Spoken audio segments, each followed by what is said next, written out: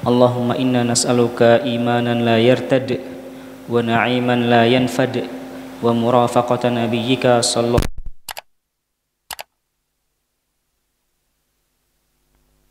alaihi wasallam. Kita bersyukur kepada Allah Subhanahu wa taala yang masih diberikan, yang mana Allah masih memberikan kepada kita nikmat kesehatan, nikmat waktu luang yang bisa kita maksimalkan untuk tetap beribadah kepada Allah Subhanahu wa taala, yang bisa kita maksimalkan untuk tetap beramal soleh karena keimanan yang masih menghujam di dada kita. Allah masih memudahkan kita untuk tetap terus beribadah kepada Allah.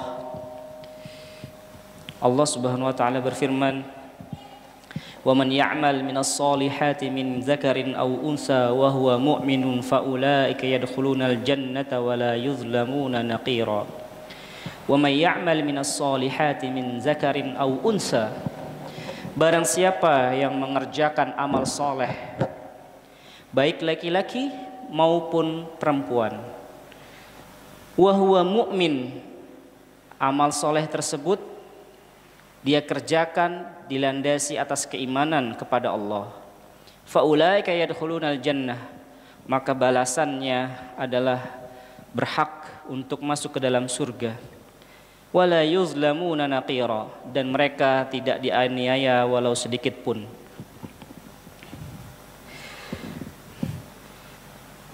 Jamaah sekalian yang dirahmati Allah Subhanahu wa taala, kita kembali melanjutkan pembahasan kita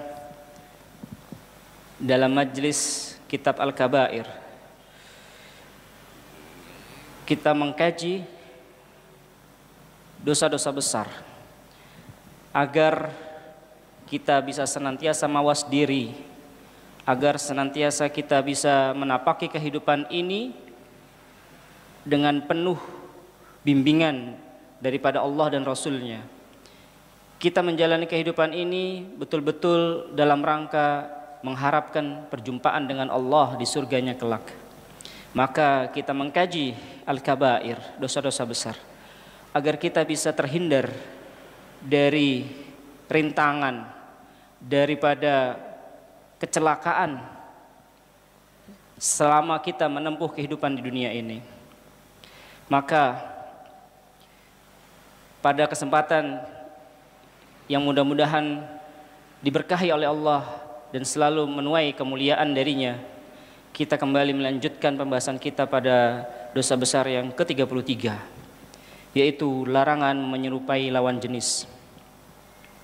Sebagaimana sudah kami bawakan di dalam firman-Nya, Allah Subhanahu wa taala telah berfirman dan memutuskan di dalam ayat ini, "Wa man ya'mal minas solihat", sesiapa saja, siapa saja ya, barang siapa mengerjakan amal soleh, min zakarin au unsa, baik yang mengerjakan amal soleh tersebut kalangan laki-laki maupun dari kalangan perempuan, wa huwa mu'min, sedang dia adalah orang yang beriman, fa ulaika yadkhulunal jannah wa la yuzlamuna naqira, maka mereka semua kelak ya, layak, pantas untuk masuk surga. Mereka semua akan masuk ke dalam surga, wa la yuzlamuna naqira, dan mereka tidak akan dianiaya sedikit pun. Di dalam ayat ini Allah sudah menegaskan bahwa penciptaan manusia itu cuma ada dua jenis, laki-laki atau perempuan. Tidak ada jenis yang lainnya. Tidak usah memodifikasi. Jenis kelamin kok dimodifikasi, sungguh keterlaluan. Dan ini adalah sebuah perbuatan zalim yang sangat nyata. Ditambah lagi ini adalah satu perbuatan mengganti ya, mengganti bentuk ciptaan Allah, sama saja dengan tidak ridho dengan hasil ciptaannya. Maka yang harus kita yakini bahwa Allah menciptakan manusia itu cuma ada dua jenis kelamin. Kalau tidak laki-laki, perempuan. Keduanya memiliki persamaan dalam mengemban kewajiban.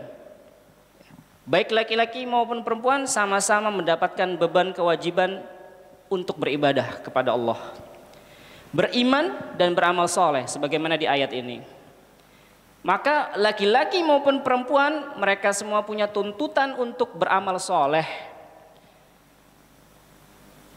melandasi setiap aktivitasnya dalam rangka ibadah kepada Allah. Bagaimana kita bisa menjadikan segala aktivitas kita itu bernilai ibadah? Syarat mutlaknya adalah iman. Maka yang harus kita butuhkan agar setiap aktivitas kita itu semua bernilai ibadah, maka kita jadikan diri kita sebagai manusia yang beriman kepada Allah. Bagaimana kita bisa beriman? Tentunya kita harus belajar.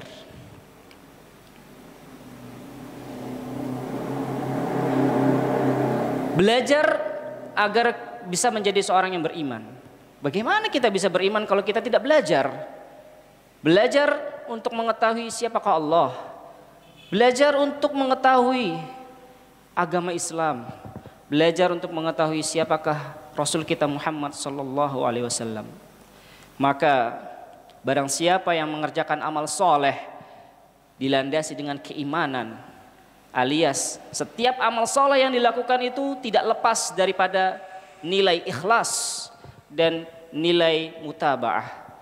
Ikhlas, apa yang kita lakukan hanya mengharapkan keridhaan Allah, hanya ditujukan untuk Allah, dan setiap aktivitas ibadah kita tentunya berdasarkan petunjuk dari baginda Nabi besar Muhammad sallallahu alaihi wasallam. Bagaimana kita bisa beramal untuk Allah? Ya, amal kita untuk Allah bagaimana caranya? Tentunya kita harus tahu siapa Allah. Al-ilmu billah melahirkan al-amalu lillah. Ketika kita mengilmui tentang Allah, hakikat Allah, ketika kita sudah mengetahui ilmu tentang Allah Subhanahu wa taala, maka bisa dipastikan setiap amal ibadah kita adalah tertuju untuk Allah. Al-ilmu billah melahirkan al-amalu lillah. Baik. Sebagaimana sudah kita sampaikan bahwa Allah menciptakan manusia itu dua jenis kelamin, laki-laki dan perempuan. Mereka sama-sama mengemban kewajiban untuk beribadah, beriman dan beramal soleh. Demikian juga mereka juga memiliki persamaan dalam hak menerima pahala. Baik laki-laki maupun perempuan di mata Allah adalah tidak berbeda. Tidak adanya di sisi amal solehnya, di sisi keimanannya. Maka laki-laki atau perempuan sama-sama berlomba-lomba untuk meningkatkan keimanannya di mata Allah, berlomba-lomba untuk beramal soleh, berlandaskan keimanan kepada Allah. Maka Allah tidak melihat apakah dia laki-laki atau dia perempuan, siapakah dia. Yang penting adalah bagaimana upayanya dalam beramal soleh, berlandaskan keimanan. Maka baik laki-laki maupun perempuan sama-sama mendapatkan hak pahala yang sama di mata Allah, balasan yang sama di mata Allah terhadap perbuatan mereka, yaitu balasan surga kelak. Ya, sebagaimana di dalam ayat ini sudah dijelaskan. Ketika kita ingin atau menginginkan akhir daripada kehidupan kita adalah menuju surga, maka iman dan amal soleh inilah kuncinya, sebagaimana disebutkan di dalam ayat ini. Iman dan amal soleh. Kita bisa beramal, amal yang soleh, amal yang tulus. Soleh itu artinya tulus, murni untuk Allah, maka landasannya adalah iman kepada Allah. Maka perbedaan antara pria dan wanita ini tentunya sangat jelas ya. Baik dari anatomi tubuhnya, bentuk fisiknya, fungsi daripada anatomi tubuh tersebut, keadaan dan sifat-sifatnya. Maka ini sudah jelas antara pria dan wanita, laki-laki dan perempuan. Maka sebagaimana kita maklumi bahwa hanya wanita saja yang mengalami haid. Hanya wanita saja yang mengalami haid. Kalau ada wanita nggak haid, dipertanyakan, kamu asalnya apa? Makhluk jadi-jadiankah kamu, gitu kan? Kok nggak haid gitu loh? Ini lucu. Ada wanita nggak haid, ini lucu. Kamu ini asal usulnya apa, gitu? Ini kan sebuah kerusakan yang nyata, gitu ya. Kok ada wanita yang nggak haid? Bukan membicarakan penyakit ya, tetapi secara anatomi gitu loh. Perempuan itu layak untuk haid gitu. Dan pasti, dan hanya dia yang haid. Kemudian wanita itu hamil. Kamu kok nggak bisa hamil-hamil? Makhluk jadi-jadiankah kamu ini? Waliyadzubillah. Melahirkan dan menyusui, ini semua adalah milik wanita. Bukankah wanita dialah yang memiliki sifat kelembutan, sifat keibuan, sehingga sesuai dengan pekerjaannya yang mulia tersebut, mereka mengurusi anak-anaknya di rumah. Maha benar Allah sebagaimana dalam firman-Nya, "Walaysa dzakaru kal unsa." Di dalam surat Ali Imran. Sebagaimana ayat ini ternukil atau keluar dari lisan Ibunda Maryam alias istrinya Imran. "Idz qalat imratu Imran rabbi inni nadartu laka ma fi batni muharraran fataqabbal minni innaka antas samiul alim." Falamma wada'atha qalat rabbi inni wada'tuha unsa wa laysa dzakaru kal unsa. Ketika Ibunda Maryam mengandung anak, sangat mengharapkan bahwa kelak anak yang dikandungnya ini adalah seorang laki-laki yang bisa meneruskan perjuangan untuk bisa menjaga peran Baitul Maqdis, Masjid Aqsa. Akan tetapi ketika lahir ke dunia, ternyata dia adalah perempuan. Ternyata Ibunda Maryam ini alias istrinya Imran ini melahirkan anak perempuan. Kemudian mengadu kepada Allah, "Ya Allah, ternyata anak ini perempuan."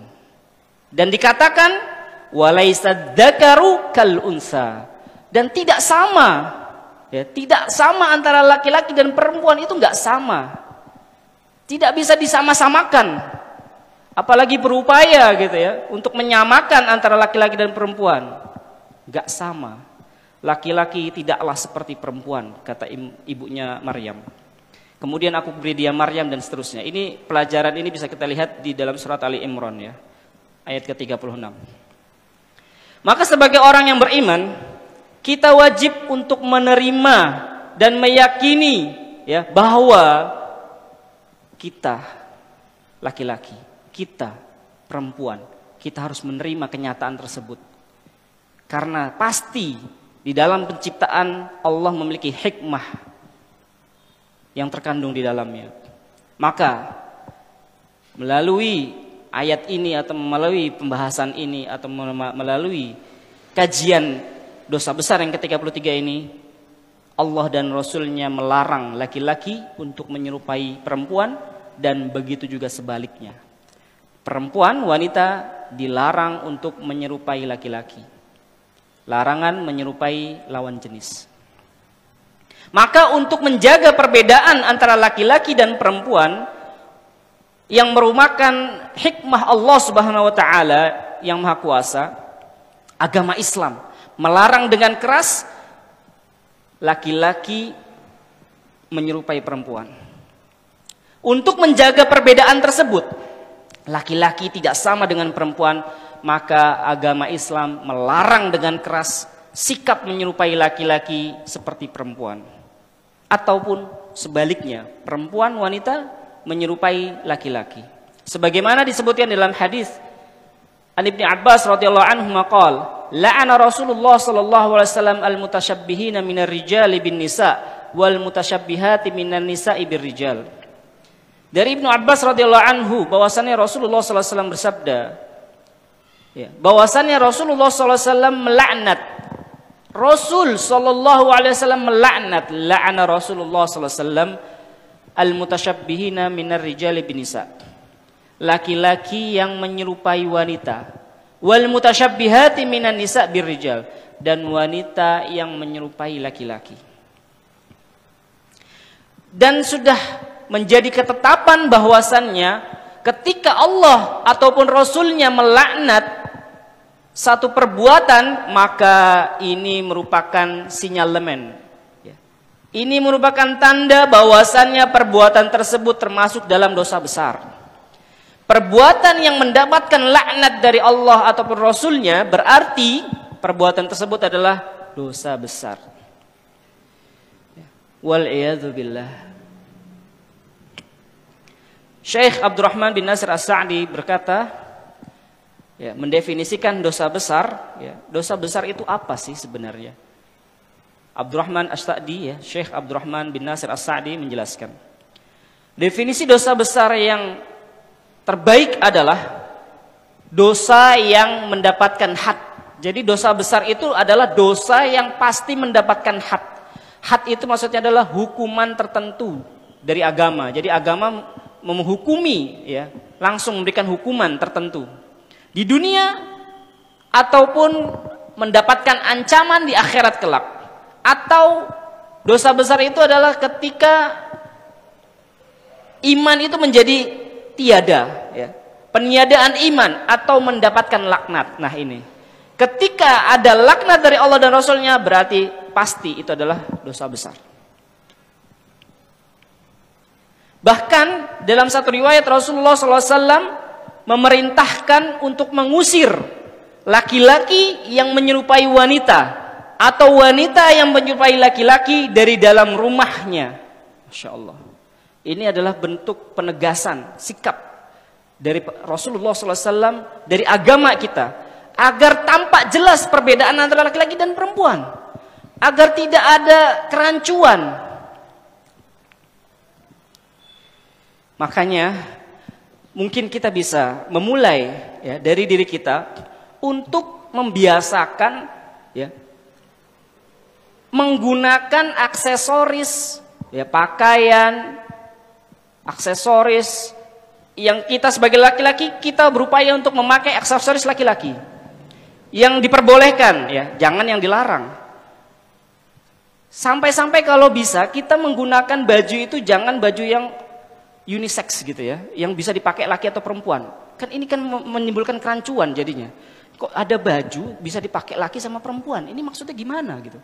Atau memakai jam, ya, jam tapi yang bisa dipakai laki-laki sama perempuan. Nah ini kita bisa mulai dari situ. Paling enggak kita menunjukkan identitas kita. Kalau laki-laki ya pakai jam yang laki-laki gitu loh.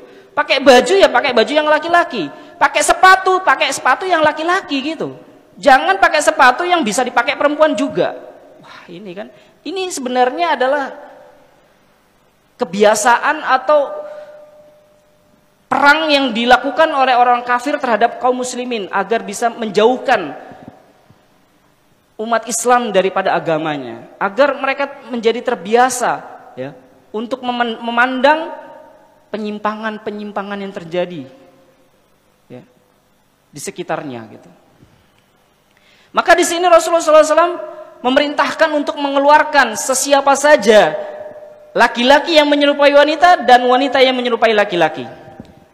An Ibnu Abbas qala la'ana an-nabiy sallallahu alaihi wasallam al-mukhannithina minar rijal wal mutarajjilati minan nisa wa qala akhrijuhum min buyutikum, kata Rasulullah. Dari Ibnu Abbas, Rasulullah sallallahu alaihi wasallam melaknat, ya, laki-laki mukhannith, ya, takhannus, bergaya, gayanya itu kayak wanita. Masya Allah. Apalagi sekarang ini wal'iyadzubillah, ya, kerusakan itu sudah tampak jelas gitu, ya, dengan label fashion, ya kan. Udahlah kalau udah label fashion itu kayaknya nggak ada aturan gitu, ya. Laki-laki pakai bajunya kok kayak perempuan gitu, ya. Perempuan pakai bajunya kok kayak laki-laki gitu. Itulah tadi makanya, kalau pakai baju, jangan pilih baju yang unisex gitu loh. Yang bisa dipakai perempuan juga. Kalau laki-laki ya pakai baju laki-laki. Perempuan ya pakai bajunya yang perempuan gitu. Maka di sini Rasulullah melaknat laki-laki yang bergaya wanita, wal mutarajjilati minan nisa, dan wanita yang bergaya kayak laki-laki. Kemudian beliau memerintahkan, wa qala akhrijuhum min buyutikum. Keluarkan mereka itu orang-orang kayak gitu tuh dari rumah kalian. Qal fa akhrajan nabiyyu sallallahu alaihi wasallam fulanan wa akhraja Umar fulanan. Kemudian Rasulullah sallallahu alaihi wasallam mengeluarkan si fulan dan Umar telah mengeluarkan si fulan. Masya Allah. Rasulullah dengan penuh ketegasan.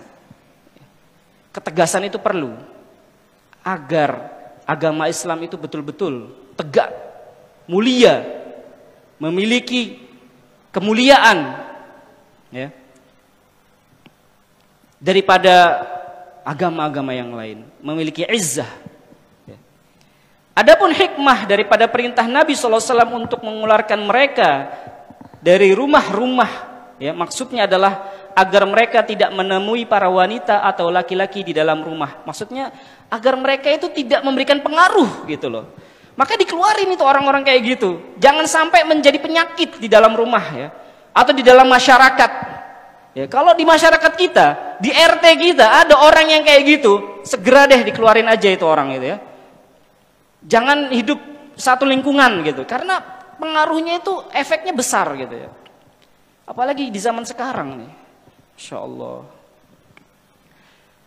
Satu kerusakan itu dimulai dari kerusakan-kerusakan yang sebelumnya. Tidak mungkin kita kemudian mendapatkan bencana yang besar, yang dahsyat, yang besar, kerusakan yang besar, kecuali dimulai dari kerusakan yang kecil-kecil. Nggak mungkin ya, tiba-tiba gitu terjadi kerusakan yang besar di depan kita tuh karena kita lalai. Ternyata sudah dimulai kerusakan-kerusakan yang kecil-kecil. Ya, sebatas menyerupai ya kan, itu saja sudah dilaknat, apalagi waliyadzubillah sampai ganti kelamin gitu kan. Ini benar-benar memalukan ya kan. Dan benar-benar apalagi bahasanya, menyerupai saja sudah dilaknat, bagaimana lagi kalau ganti kelamin gitu loh. Dosa apa lagi itu yang lebih pantas baginya gitu. Masya Allah. Ibnu Tin rahimahullah berkata, perintah Nabi di atas ya, untuk mengeluarkan orang-orang yang berbuat demikian dari rumah-rumah itu agar perbuatan menyerupai lawan jenis tadi itu tidak menyeret kepada perbuatan kerusakan yang lebih besar. Maksudnya begitu.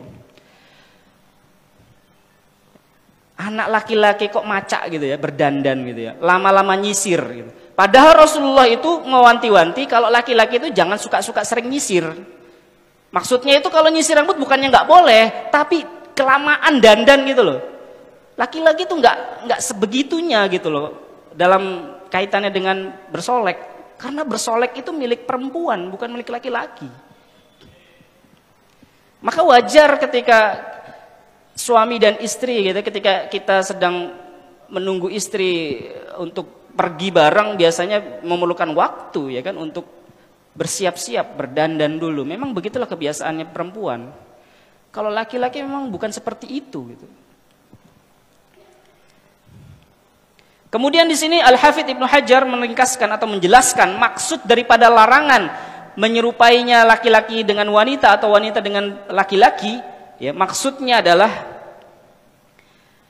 Zahirul lafzi az-zajru 'anit tashabbuh fi kulli syai'in, lakin 'urifa min ad-dilalatil ukhra anna al-murad at-tashabbuh fi az-zi wa ba'd as-sifat wal harakat wa nahwiha la tashabbuh fi umuril khair, kata Ibnu Hajar.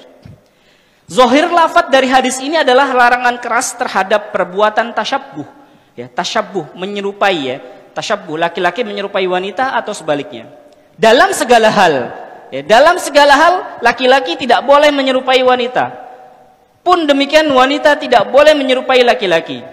Tetapi yang diinginkan dari dalil ini bahwa yang dimaksud dari larangan tasyabbuh tersebut adalah dalam kaitannya dengan pakaian, ya, zi, atau dalam kaitannya dengan sifat, ya, atau dalam kaitannya dengan gerakan, atau yang semisalnya.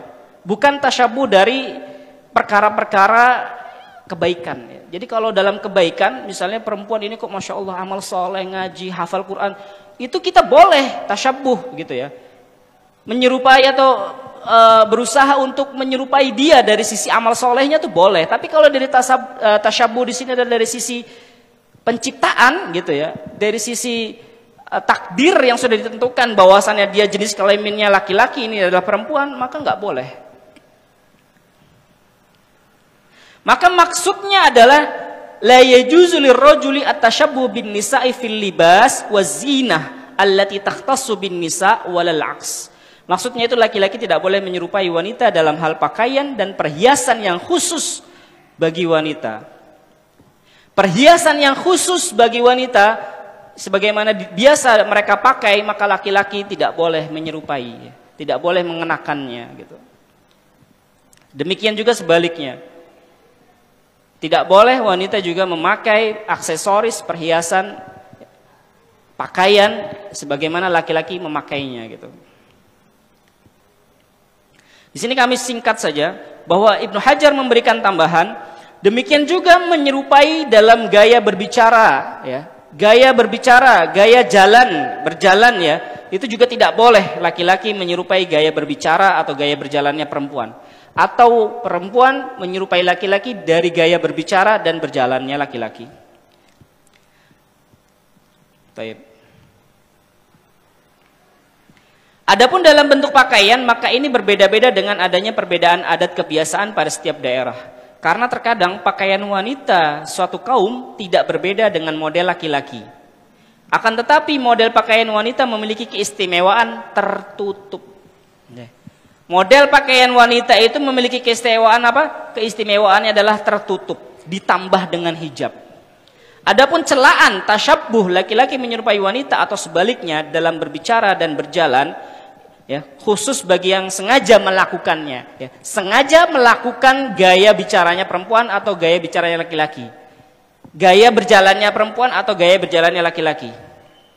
Adapun bagi orang yang sudah menjadi tabiatnya, nah, kadang ya ada laki-laki memang dia ketika berbicara itu kok mirip perempuan gitu kan, ada memang gitu, bukan disengaja, memang tabiat dia gitu. Ya, maka orang seperti ini itu apa yang harus dilakukan dia? Dia diperintahkan untuk memaksa dirinya agar berusaha meninggalkan tabiatnya. Berusaha untuk meninggalkan tabiatnya. Kalau memang sudah tidak bisa ya sudah. Intinya adalah berusaha. Ada kadang ya laki-laki itu kalau ngomong kok kayak perempuan gitu ya. Atau sebaliknya perempuan kalau ngomong tuh kok kayak laki-laki gitu ya. Kasar gitu ya. Oh, suaranya memang kayak suara laki-laki gitu. Besar gitu suaranya, volumenya gitu. Maka yang seperti ini meskipun tabiatnya dia seperti itu, maka dia diperintahkan untuk meninggalkannya. Dan terus berusaha meninggalkannya secara berangsur-angsur. Jika dia tidak melakukan, bahkan dia terus tasyabbuh dengan lawan jenis, atau dia merasa nyaman, udahlah aku gini aja gitu ya, aku ngomongnya emang kayak perempuan, enggak gitu ya, jangan dibiarkan gitu. Maka dia terkena celaan ya, kalau memang dia malah menikmati ya, tabiat dia laki-laki tapi kok ngomong kayak perempuan, atau kalau jalan kayak perempuan gitu, dia nikmati itu ya, maka dia tercela, nggak boleh kayak gitu tuh. Kemudian pembahasan berikutnya sebelum kita membahas dari sisi kitab Al-Kabair adalah beberapa pembahasan yang dapat menjadikan laki-laki terutama ya, itu betul-betul memiliki wibawa seorang laki-laki. Ya, sebagaimana di dalam tajuk utama kita, di dalam kajian kita ya, lelaki itu jantan ya kan. Nggak layak pakai gelang gitu ya. Sedikit bahasa gelang gitu ya, pakai gelang aja udah merusak citra laki-laki, kejantanan laki-laki. Maka sedikit akan kita bahas beberapa adab ya. Beberapa adab dalam Islam bagi laki-laki agar mereka itu betul-betul bisa menjadi lelaki yang sejati gitu ya. Maka Islam itu memberikan rambu-rambu, mengajarkan kepada laki-laki itu adab-adab yang mana bisa menjadikan dia itu menjadi lelaki yang sejati. Jika adab ini ya bisa diterapkan ya oleh siapapun. Mungkin ada di antara masyarakat kita yang memiliki penyimpangan gitu kan. Maka bagaimana cara mengatasinya gitu? Bagaimana cara mengobatinya? Perhatikan adab-adab ini. Sebelum terlanjur gitu kan. Perhatikan adab-adab ini yang insya Allah ya. Sebagaimana penulis di sini menyebutkan, insya Allah jika kita menerapkan adab-adab tersebut, Allah akan menjauhkan dari petaka suka sesama jenis, ya. Dari petaka bencana LGBT ya kalau yang kita kenal sekarang ini. Bahkan mudah-mudahan kalau kita bisa menerapkan adab-adab ini bisa menjadikan kita atau masyarakat kita yang laki-laki menjadi lelaki yang sejati. Baik, yang pertama adalah Islam ada pertama ya. Bagi laki-laki, Islam melarang laki-laki menyerupai wanita sebagaimana sudah disebutkan tadi. La'ana Rasulullah SAW al-mutasyabbihina minar rijal wal mutasyabbihati minan nisa. Bir rijal. Rasulullah SAW telah melaknat laki-laki yang menyerupai wanita dan wanita yang menyerupai laki-laki. Yang pertama, agar laki-laki bisa menjadi lelaki yang sejati, ada pertama adalah jangan menyerupai wanita dalam setiap hal. Kemudian yang kedua, Islam mengharamkan lelaki memakai pakaian dan perhiasan yang menjadi kekhususan bagi wanita. Di antaranya laki-laki muslim dilarang menggunakan pakaian dari sutra ya, sebagaimana sudah kita ketahui. Atau yang belum tahu, ya laki-laki itu dilarang memakai pakaian dari sutra bahannya. Man labisal harira fid dunya lam yalbashu fil akhirah wa in dakhala al jannah labisau ahlul jannah wa lam yalbashu huwa. Barang siapa yang memakai pakaian dari sutra di dunia, maka dia tidak akan memakainya di akhirat. Walaupun toh ia nantinya masuk surga, namun ia tidak bisa memakainya meskipun penduduk surga yang lainnya memakainya. Insyaallah. Terlarang baginya memakai sutra nanti di akhirat, di surga. Makanya laki-laki dilarang atau diharamkan untuk memakai pakaian yang khusus buat perempuan. Kemudian yang ketiga, sebagaimana laki-laki juga tadi afwan dilarang untuk memakai pakaian dari sutra, begitu juga tidak boleh memakai emas, ya kan? Memakai emas. Ya. Uhillat dhahabu wal hariru li inathi ummati, kata Rasulullah sallallahu alaihi wasallam. Emas itu dan sutra itu dihalalkan atau diperuntukkan bagi wanita dari kalangan umatku, kata Rasulullah. Wa hurrima ala dzukuriha, dan diharamkan emas dan sutra itu bagi kaum laki-laki dari umatku.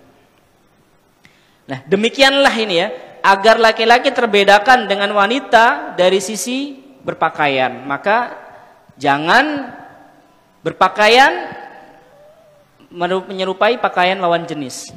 Yang kedua, yang ketiga, Islam mewajibkan suami mencari nafkah.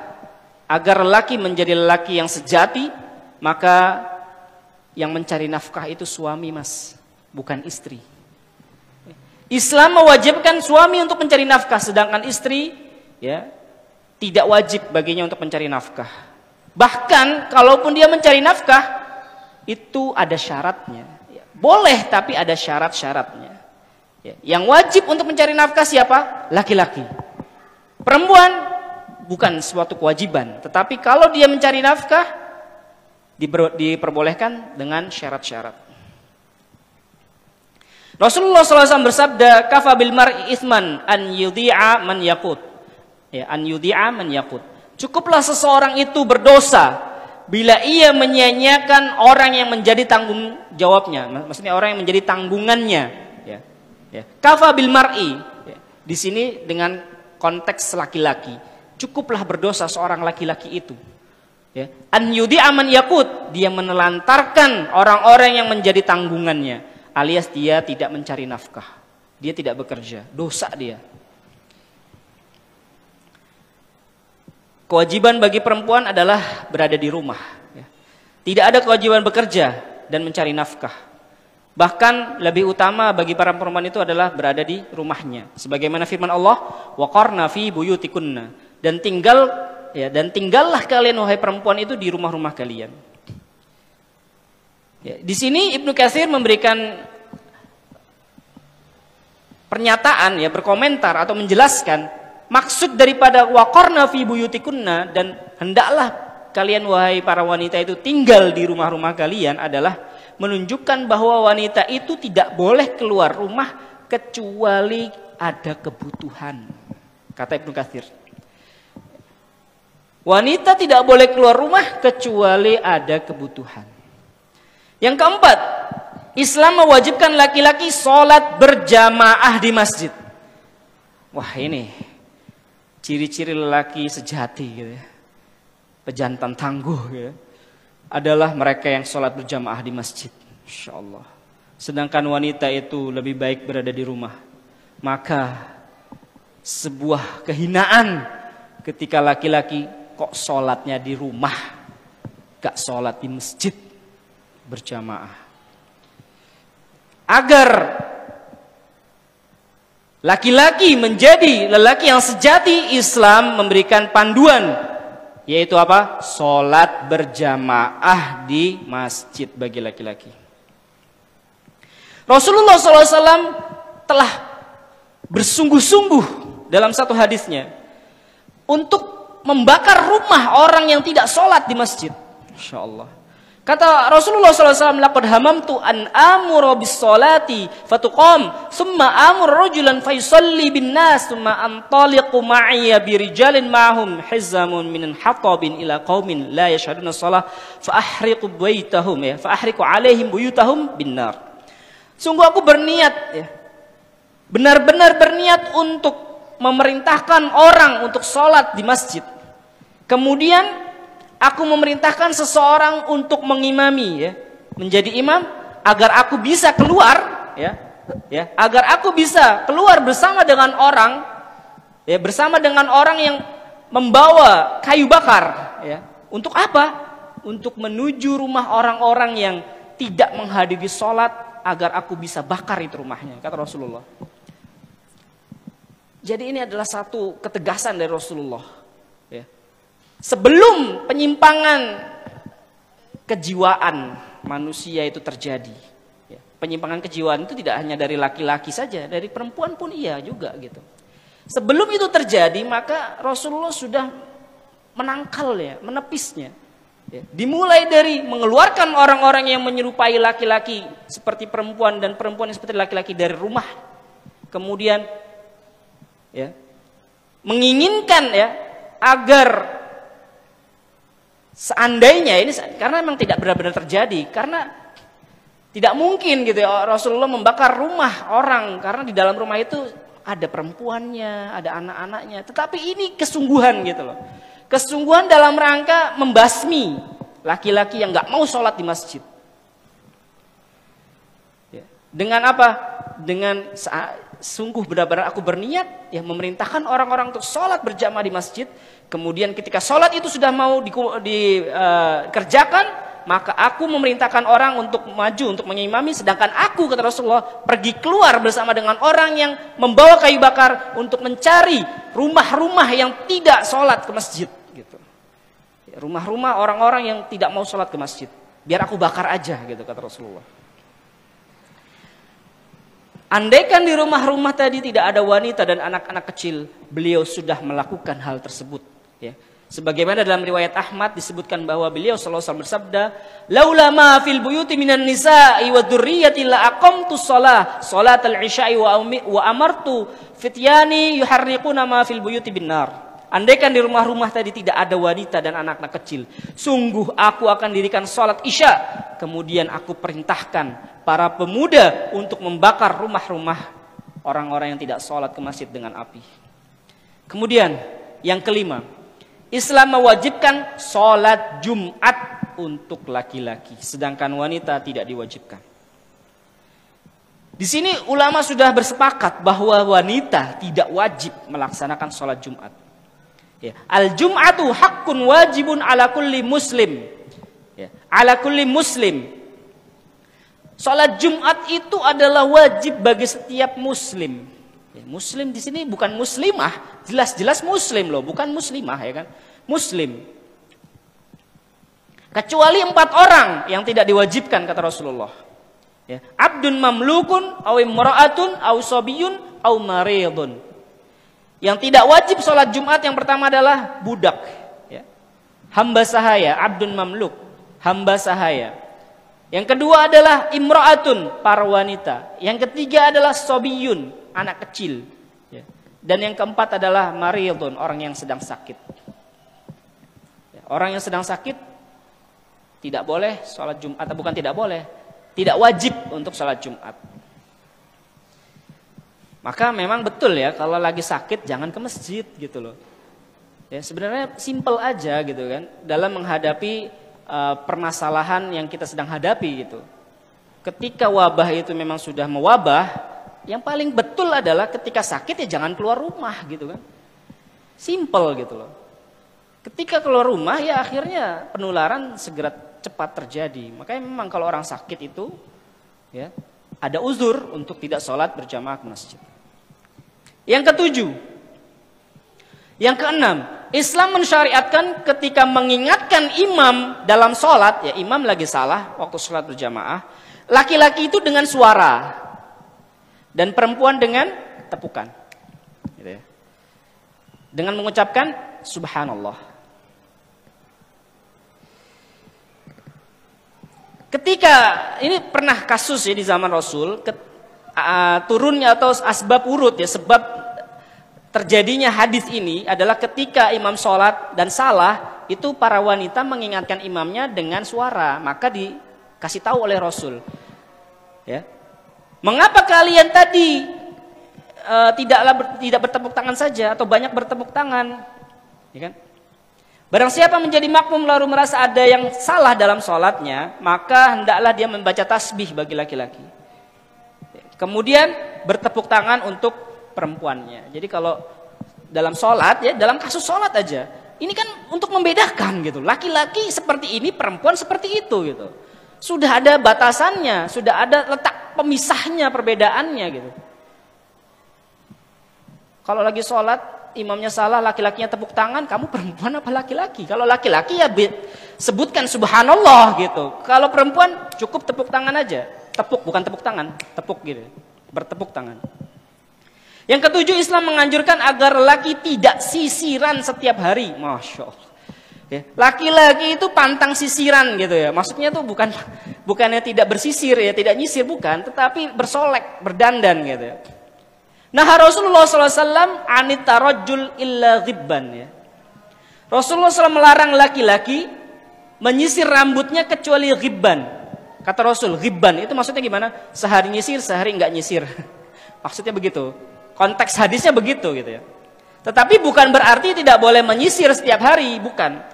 Makna hadis ini adalah larangan berlebihan dalam berdandan bagi laki-laki gitu. Karena Rasul sudah melarang ya, melarang laki-laki itu untuk at-tarajjul. Ya. Nah Rasulullah SAW an-tarajjul illa ghibban, melarang untuk menyisir rambutnya. Karena yanhana an kasirin minal irfah, kata Rasul. Kita itu laki-laki, kaum laki-laki kata para sahabat itu dilarang oleh Nabi itu untuk banyak berdandan, kata para sahabat. Ya, maka banyak berdandan bagi laki-laki ini adalah bentuk apa? Bentuk nau'un minat tarafuh ya. Nau'un minat tarafuh. Ini hal-hal yang sia-sia bagi tarafuh. Satu perbuatan yang sia-sia bagi laki-laki itu banyak berdandan gitu. Ya. Insyaallah. Kemudian yang ke-8 sebelum kita azan Isya, Islam melarang laki-laki mencukur jenggot, jelas. Jenggot ini identitas. Identitas laki-laki itu terletak pada jenggotnya, bukan pada kumisnya. Kebalik ya. Kok laki-laki dilihat dari kumisnya yang lebat itu salah ya. Laki-laki itu dilihat dari jenggotnya, bukan kumisnya. Khaliful musyrikin wafirul liha wahfus syawarib, kata Rasulullah SAW. Bedakanlah diri kalian dengan orang-orang musyrik, lebatkanlah jenggot dan pendekkanlah kumis-kumis kalian. Mungkin kita azan dulu, kemudian kita lanjut kepada pembahasan berikutnya. Kemudian kita lanjutkan. agar laki-laki bisa menjadi lelaki yang sejati, lelaki yang betul-betul jantan, maka jihad itu disyariatkan bagi laki-laki. Sedangkan wanita tidak ada kewajiban berjihad. Jihadnya perempuan itu adalah haji. Kemudian segala bentuk persiapan jihad, i'dadul jihad, persiapan jihad juga untuk laki-laki. Seperti belajar memanah, belajar menggunakan alat senjata gitu ya. Itu persiapan-persiapan tersebut adalah kewajiban bagi laki-laki. Kemudian yang ke-11, Islam melarang khalwat dan ikhtilat. Nah, ini penting nih. Kenapa kok laki-laki itu kok kayak perempuan gitu loh? Karena dia seringnya bergaulnya sama perempuan gitu kan. Makanya Islam melarang khalwat, ikhtilat gitu. Agar itu tidak terjadi, maka Islam melarang khalwah, berduaan. Gaulnya gitu, kalau laki-laki ya sama laki-laki, perempuan ya sama perempuan. Kalau perempuan itu memang sukanya arisan, ya memang silahkan aja istri-istri kita arisan. Memang itu adalah kelompoknya dia gitu. Nggak usah ikut campur kita suami gitu. Urusan arisannya istri-istri itu nggak usah ikut campur gitu. Kemudian yang berikutnya, Islam menganjurkan untuk segera menikah. Nah ini dia nih. Ketika menikah ya kan kita jadi paham laki-laki itu seperti ini gitu kan. Fungsinya, tugasnya, dan perempuan itu fungsinya itu seperti ini, tugasnya itu seperti ini, kan begitu. Makanya kalau di antara bencana ya, itu kan melahirkan banyak kerusakan-kerusakan, itu kan berantai gitu. Kenapa kok tidak ada yang menikah? Karena pergaulannya aja udah begitu, laki-laki bergaulnya sama perempuan, akhirnya nggak akan mau menikah jadinya gitu. Seperti itu. Kemudian yang berikutnya, Islam melarang istri untuk menolak ajakan berhubungan intim dari suami. Insya Allah. Di sini ya dijelaskan lebih sering terjadi percumbuan dan hubungan intim antara suami istri itu lebih baik. Sebagaimana sabda Rasulullah SAW. Ya, kita singkat aja. Islam menganjurkan untuk memiliki banyak anak. Ya. Kenapa kok begitu? Karena memiliki banyak anak atau banyak anak ini sinyal bahwasannya ini laki-laki tulen gitu kan. Ini mempertajam sifat kelaki-lakian gitu. Insya Allah. Sebagaimana Rasulullah SAW menganjurkan untuk memilih calon istri itu, ya, istri yang sifatnya itu subur. Ya. Tazawwajul wadudul walud, fa inni mukatsirun bikumul umam, kata Rasulullah. Nikahilah wanita itu tipikalnya ya, tipenya itu yang penyayang dan subur. Ya, karena aku berbangga dengan banyaknya jumlah umatku, kata Rasulullah. Kemudian berikutnya, Islam mengajarkan adab berjalan bagi laki-laki itu seperti ini gitu. Disebutkan satu hadis saja yang menceritakan cara berjalannya Nabi. Karena Nabi SAW idza masya masyan mujtami'an yu'rafu annahu laisa bimasyin ajizin wala kaslan. Disifatkan Nabi SAW itu kalau berjalan, beliau berjalan dengan energik. Jalannya itu tersirat energik gitu ya, jalannya beliau. Sehingga sangat terlihat bahwa beliau bukan orang yang lemah dan juga bukan orang yang malas. Masya Allah. Laki-laki itu seperti itu. Insya Allah ya. Mungkin kita bisa contoh ini cara jalannya Rasul. Cara jalannya Nabi aja. Kita contoh. Di satu sisi membangkitkan kelaki-lakian kita, di sisi lain kita mendapatkan pahala karena mencontoh Nabi. Maka berjalan yang baik adalah dengan tenang dan berwibawa, tidak harus lambat dan tidak loyo. Sebagaimana Nabi SAW berjalan dengan tenang dan berwibawa, namun juga cepat dan bertenaga. Ali mensifati, ya, radhiyallahu anhu mensifati cara jalannya Nabi. Nabi itu kalau berjalan menghentakkan kakinya seakan-akan ia turun dari tempat yang tinggi. Insya Allah ya, betul-betul kelihatan gagahnya gitu. Selesai. Kita lanjut kepada pembahasan dari Al-Kabair. Kita singkat saja karena waktunya sudah mepet. Karena pembahasan ini sudah kita bahas juga hadis-hadisnya di pembahasan sebelumnya. Tasyabbuhun nisa birijal wa tasyabbuhur rijal binisa. Wanita menyerupai laki-laki dan laki-laki menyerupai wanita. Ini dosa besar. Di dalam hadis yang sahih Rasulullah SAW bersabda, la'anallahul mutasyabbihat minan nisa. Allah melaknat, Rasul juga melaknat, komplit sudah laknat bagi orang yang laki-laki menyerupai wanita atau wanita menyerupai laki-laki. Di dalam riwayat la'anallahu rajalah minan nisa, Allah melaknat wanita yang kelaki-lakian. Gitu ya. Allah melaknat wanita yang kelaki-lakian. Wa fi riwayatin qala la'anallahu al-mukhannisina minar rijal. Di dalam riwayat yang lain Allah melaknat al-mukhannisin. Mukhannisin itu laki-laki berlagak kayak perempuan. Wal mutarajjilat minan nisa, perempuan bergaya kayak laki-laki. Mereka wanita yang yatasyabbahna birrijal fi lubsihim wa hadisihim, yaitu wanita yang menyerupai laki-laki dari cara berpakaiannya dan dari cara berbicaranya. Wa an Abi Hurairah radhiyallahu anhu qala Rasulullah sallallahu alaihi wasallam, Rasulullah SAW bersabda, la'anallahul mar'ah, Allah melaknat perempuan, talbas libsatar rajul, perempuan yang memakai pakaian laki-laki, war rajul yalbas libsatan nisa, libsatal mar'ah atau libsatal mar'ah sama saja. Allah melaknat perempuan yang memakai pakaian laki-laki, begitu juga yang laki-laki memakai pakaian perempuan itu terlaknat. Fa idza labisatil mar'ah ziyar rijal, seandainya jika saja para perempuan itu memakai pakaian laki-laki, ya, model pakaiannya laki-laki itu dipakai oleh perempuan, lengannya ketat, ya kayak kita kalau pakai gitu kan, lengannya sempit gitu, itu sudah menunjukkan menyerupai laki-laki dari gaya berpakaiannya. Maka apa yang terjadi? Fatalhaquhal la'natullah, maka dia akan mendapatkan laknat dari Allah, waliyadzubillah. Laknat dari Allah dan Rasulnya. Begitu juga ketika si perempuan ini misal punya suami, ya, kemudian si suami ini mendiamkan istrinya melakukan perbuatan seperti itu, yaitu memakai pakaian yang menyerupai para lelaki, dan dia ridho terhadap perbuatan istrinya, tidak dilarangnya, tidak dimarahinya gitu ya, maka si suami ini juga sama dalam hal laknat, dia mendapatkan laknat juga dari Allah dan Rasulnya. Karena memang kewajiban para suami, kata Imam Ad-Dhahabi, ya, ma'murun bitakwimiha, para suami itu diperintahkan untuk meluruskan para istri, para wanita, meluruskan mereka agar tetap berada pada koridor ketaatan kepada Allah dan melarang mereka untuk bermaksiat kepada Allah.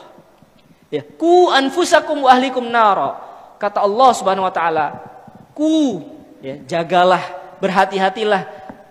Ya, jagalah diri kalian, wa ahlikum, dan keluarga kalian, istri-istri kalian, anak-anak kalian yang menjadi tanggungan kalian dari api neraka. Jagalah mereka. Berarti memang tugas seorang suami ini berat.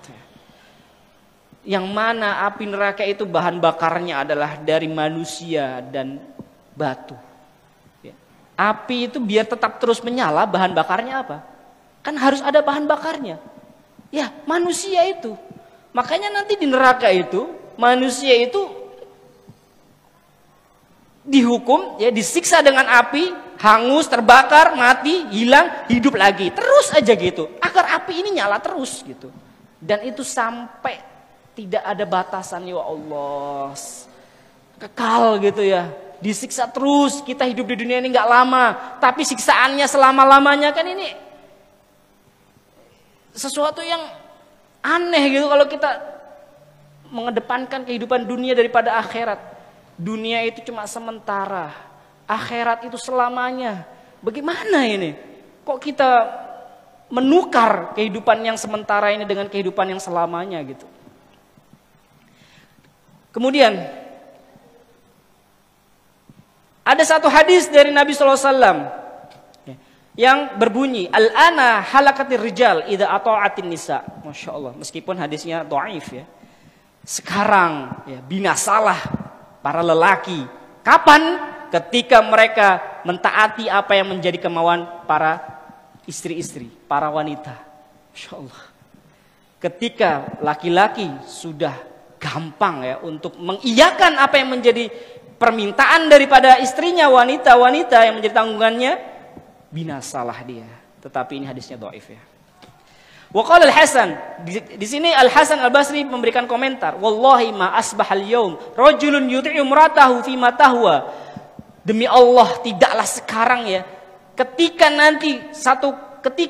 laki-laki itu selalu saja mentaati apa yang menjadi permintaan istrinya, apa yang menjadi tuntutan daripada perempuannya, istrinya, apa yang menjadi hawa nafsunya, kecuali akabbahullahu ta'ala finnar, kecuali nanti akan di neraka itu, muka kita itu udah terserungkup di dalam neraka gitu.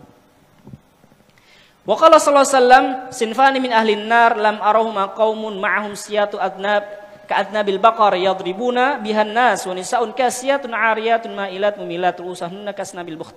Ini hadis ini sangat populer dan hadis yang cukup panjang ya. Kita langsung singkat saja. Ada dua jenis manusia. Mereka semua adalah ahli neraka. Sinfani min ahlin nar, dua jenis manusia yang mereka semua penduduk neraka. Yang aku belum pernah melihat keduanya, kata Rasulullah. Yaitu yang pertama, satu kaum dia bersama dengan dia cemeti, alias dia selalu memegang tongkat, ya, pemegang busur, ya, tongkat cemeti untuk memukul, ya, seperti ekor sapi ya, yang lentur untuk memukul. Yadribuna bihan nas, yang mana dia gunakan untuk memukul manusia, alias dia berbuat zalim ya kepada para manusia, tidak menegakkan keadilan gitu di tengah-tengah mereka. Dan yang kedua, jenis kaum yang kedua yang berada di neraka adalah nisaun kasiyatun ariyat, perempuan-perempuan yang memakai pakaian tapi seperti telanjang. Pakaiannya tipis, kasiyat itu pakaian yang tipis. Ariyat seakan-akan mereka telanjang gitu. Ma'ilat mumilat, condong ya, kalau berjalan tuh berlenggak-lenggok gitu, dibuat-buat cara jalannya. Insya Allah, udah kayak model. Berarti secara tidak langsung profesi sebagai model itu diharamkan, mau nggak mau. Ya. Tidak ada istilahnya Islam menghalalkan profesi model gitu, nggak ada. Kebanyakan pun model adalah perempuan. Ya sudah seperti itulah. Ya kalau berjalan itu dilenggak-lenggokkan gitu. Ya memang para model itu dikasih pelatihan khusus, kalau jalan itu ya jalan yang khusus gitu, cara-cara jalannya model gitu. Haram hukumnya. Maka yang berjalan berlenggak-lenggok seperti itu, jalan dengan penuh kesombongan, ya seperti itulah para wanita kalau berjalan ya, dibuat-buat begitu. Seperti punuk unta yang kalau lagi jalan ketepuk gitu ya, gitu ya, lenggak-lenggok kayak gitu. Itu penduduk neraka itu. Masya Allah. La yadkhulnal jannah, mereka semua nggak masuk surga dan tidak akan mendapati baunya surga. Baunya aja nggak dapat gitu, apalagi mau masuk surga. Surga itu bisa dirasakan baunya. Wa inna rihaha, dan bahwa bau surga itu aroma surga, semerbak bau surga itu bisa dirasakan ya. Min masirati kada wa kada, dari jarak sekian dan sekian. Aroma surga itu bisa tercium bagi penduduk surga.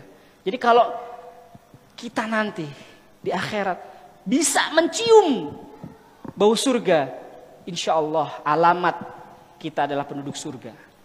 Tapi waliyadzubillah kalau kita udah nggak bisa, indera perasa kita terhadap aroma surga itu nggak bisa, neraka sudah itu. Waliyadzubillah gitu ya. Orang bilang COVID itu tanda-tandanya nggak, indera perasanya mati. Nanti itu di akhirat itu loh yang paling penting. Kalau aroma surga nggak bisa kita cium, alamat neraka kita. Surga itu punya aroma dan bisa dirasakan aromanya. Ini orang-orang yang kayak dua tadi ini, bau surganya aja nggak dapat gitu. Insya Allah. Kita lanjut sedikit lagi. Dari Nafi' dikisahkan di sini bahwa dulu Ibnu Umar dan Abdullah bin Amr ya bersama dengan Zubair bin Abdul Muthalib ya. Dua orang ini sedang berkunjung ke Zubair bin Abdul Muthalib. Tiba-tiba ya, akbalat imra'atun tasuqu ghanaman. Tiba-tiba lewat di depan mereka itu ya, tiga orang sahabat ini lagi ngobrol gitu ya. Lewat di depan mereka perempuan sedang mengembalakan kambingnya. Tiba-tiba ketika lagi mengembalakan kambingnya, si perempuan ini bersandar pada tongkatnya ya. Dia bawa tongkat ya biasa itu. Dia bersandar, gaya kayak laki-laki gitu gayanya, gaya dia gitu ya. Melihat pemandangan yang tidak biasa kok. Kemudian Abdullah bin Umar ini bertanya, "Arajulun anta am imra'atun?" Kamu ini laki-laki atau perempuan? Terus kata orang ini, "Aku perempuan." Gitu. Faltafata ila Ibnu Amr. Kemudian Abdullah bin Umar ini melengok ya kepada Ibnu Umar ya, Abdullah bin Umar. Dan berkata, "Innallaha ta'ala la'ana 'ala lisani nabihi." Sesungguhnya Allah itu telah melaknat berdasarkan lisan dari nabinya, "Al-mutasyabbihati minan nisa' birrijal wal mutasyabbihina minar rijal bin nisa." Ya Allah, sepertinya itu kalau kita pemandangan biasa kali ya kan.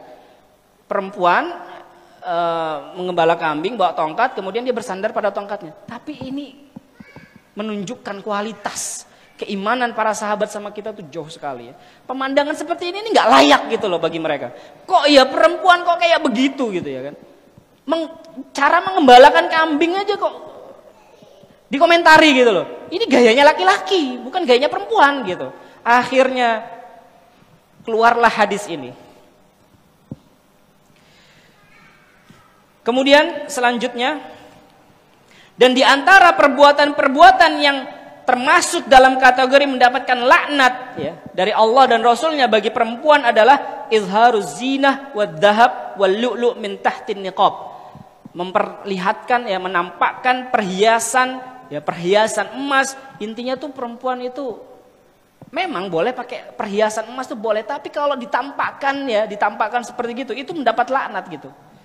Ya sombong ya berarti ya. Dari balik nikopnya, dari balik bajunya. Kemudian memakai wangi-wangian, ya, memakai wangi-wangian yang semerbak, ya, parfum yang baunya semerbak. Idza kharajat, kalau keluar rumah, ketika keluar rumah, perempuan memakai wangi-wangian, dapat laknat dia dari Allah dan Rasulnya. Memakai pakaian pelacur, waliyadzubillah. Ya, gaya-gaya pakaian pelacur itu seperti apa sih? Ya, bisa kita lihatlah. Kemudian memakai pakaian yang menyerupai laki-laki ya sudah dibahas. Dan selainnya dan semisalnya gitu. Nah, idza kharajat, ketika keluar ya, ketika keluar. Kalau di dalam rumah terlaknat enggak? Ya sah-sah saja kalau sama suaminya kan. Kadang suami itu juga butuh semangat dari istrinya gitu kan. Ketika di dalam rumah enggak masalah, tapi ketika keluar rumah jangan macam-macam. Pakaian wanita ya sudah yang sebagaimana dia pakai, jangan menyerupai laki-laki. Karena hal tersebut ya minat tabarruj alladzi yamqutullah alaihi, karena itu merupakan bentuk tabarruj yang mana Allah sangat murka terhadap pelakunya di dunia dan di akhirat. Dan perbuatan-perbuatan seperti ini qad ghalabat ala aktsarin nisa, wanita-wanita telah banyak melakukannya ya. Qala anhunan Nabi SAW sudah mengingatkan kepada kita semuanya. Ittala'tu finnar ya. Aku telah melihat neraka. Aku telah melihat neraka kata Rasulullah. Fara'aitu aktsara ahlihan nisa. Aku melihat kok banyak penduduknya itu dari kalangan perempuan. Ya, aku sudah diperlihatkan, aku sudah melihat neraka. Dan mayoritas penduduknya adalah para perempuan. Maka ini sudah menjadi kewajiban bagi kita sebagai kepala rumah tangga, sebagai ayah, sebagai anak laki-laki, sebagai kakak laki-laki untuk mengingatkan saudari kita, anak perempuan kita, istri kita, ibu kita, dan semua yang menjadi keluarga kita dari kalangan wanita-wanita. Ma taraktu ba'di fitnatan hiya adharra 'ala rijal minan nisa. Terakhir ditutup dengan sabda Rasulullah SAW, tidaklah aku tinggalkan ya setelahku satu fitnah yang lebih besar, dahsyat bencananya, petakannya bagi para lelaki kecuali dari para wanita. Jadi wanita ini adalah bencana bagi laki-laki sejatinya. Ketika dia tidak mengindahkan norma-norma, terutama dalam berpakaian. Ya. Maka melalui kajian ini jangan sampai wanita menyerupai laki-laki. Jangan sampai laki-laki menyerupai wanita, karena itu adalah termasuk dosa besar. Demikian yang kita sampaikan, mudah-mudahan bermanfaat dan menjadi renungan buat kita bersama agar masyarakat di sekitar kita betul-betul menjadi masyarakat yang berjalan ya, di atas petunjuk dari Allah. Ya. Kemakmuran, kedamaian, kebahagiaan itu betul-betul terjadi dan tercipta tatkala laki-lakinya mengetahui kedudukan dia, posisi dia sebagai laki-laki. perempuan mengetahui posisinya sebagai perempuan. Nakhtatim bil hamdalah dan doa kafaratul majlis. Subhanakallahumma wa bihamdika asyhadu an la ilaha illa anta astaghfiruka wa atubu ilaik. Assalamualaikum warahmatullahi wabarakatuh.